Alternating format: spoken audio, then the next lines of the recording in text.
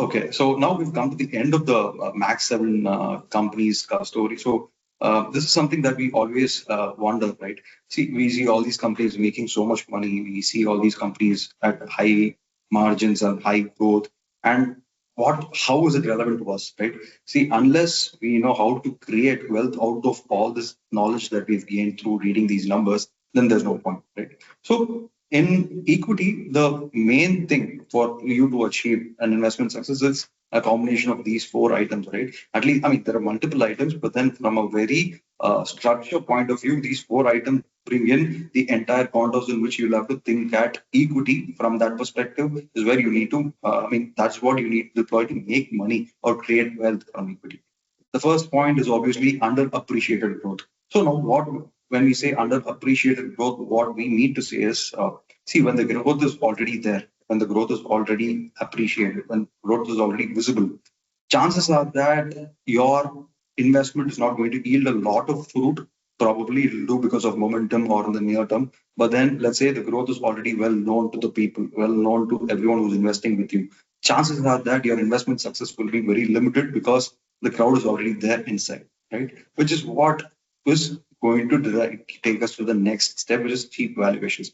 So when do you get something cheap, right? When nobody wants it, when there's pretty much there's not a lot of activity around a specific asset, whatever the asset might be that, right? So that is when you get an asset at a very cheap valuation, which is again less crowded, right? Like it is somehow linked to the first point also, which is underappreciated growth. So whenever there is a temporary phase, now this doesn't mean that we should chase companies with uh, growth which is low, or rather this is going to be something which is underappreciated growth.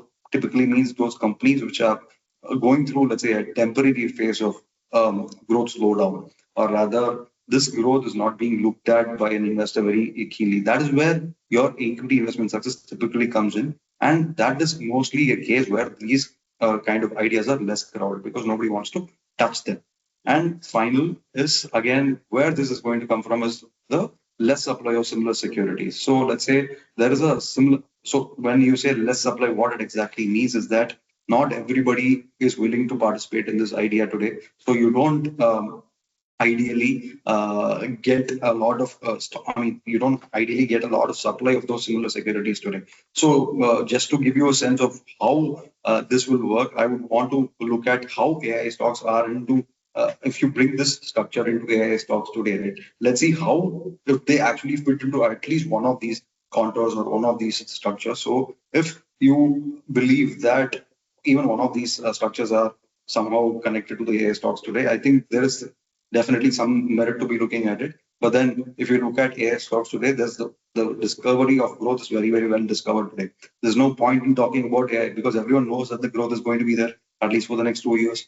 But the only thing is that with this, post 2027 or 2028, will this sustain? But then at least for the next 2 years, the discovery on growth is pretty well discovered, right? And today, with the valuations with these stocks or any AI related companies trading at, you can see that the valuations are very sky high. Right? For any market investor in the markets, it's going to be pretty apparent that they are not buying today at a valuation that is conducive because the growth is already priced in, like we said. When these kind of assets come into the market and they show growth, right? Let's say for a couple of quarters, which are sustainable, sustained growth for a couple of quarters, market gives the valuations which are pretty high, which make the next investor who looks at margin of safety tough to get in, right? So that is where we look at AI stocks today.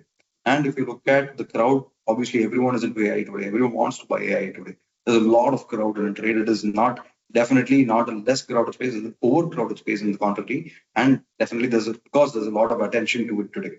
And if you look at the last point, right, which is something that I want to explain, which is more of lots of new supply, right? Today, we were just discussing a case where, Balaji also mentioned the SpaceX IPO, which is coming up in the next week, right?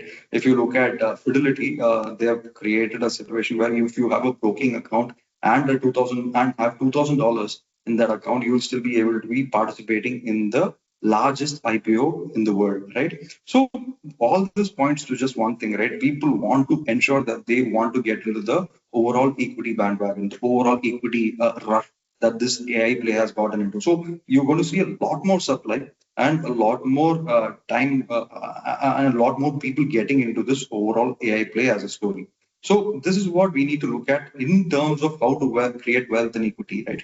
So in our experience, it's if you are more into the second bucket, you probably might make money in the near term or the medium term, but most of the time, what we have seen in our experience is this kind of money is mostly fungible, because what you're getting into typically is not at a great time, because your people have, let's say, already blown these valuations out of proportion, for which you can reasonably make some money with a good margin of safety.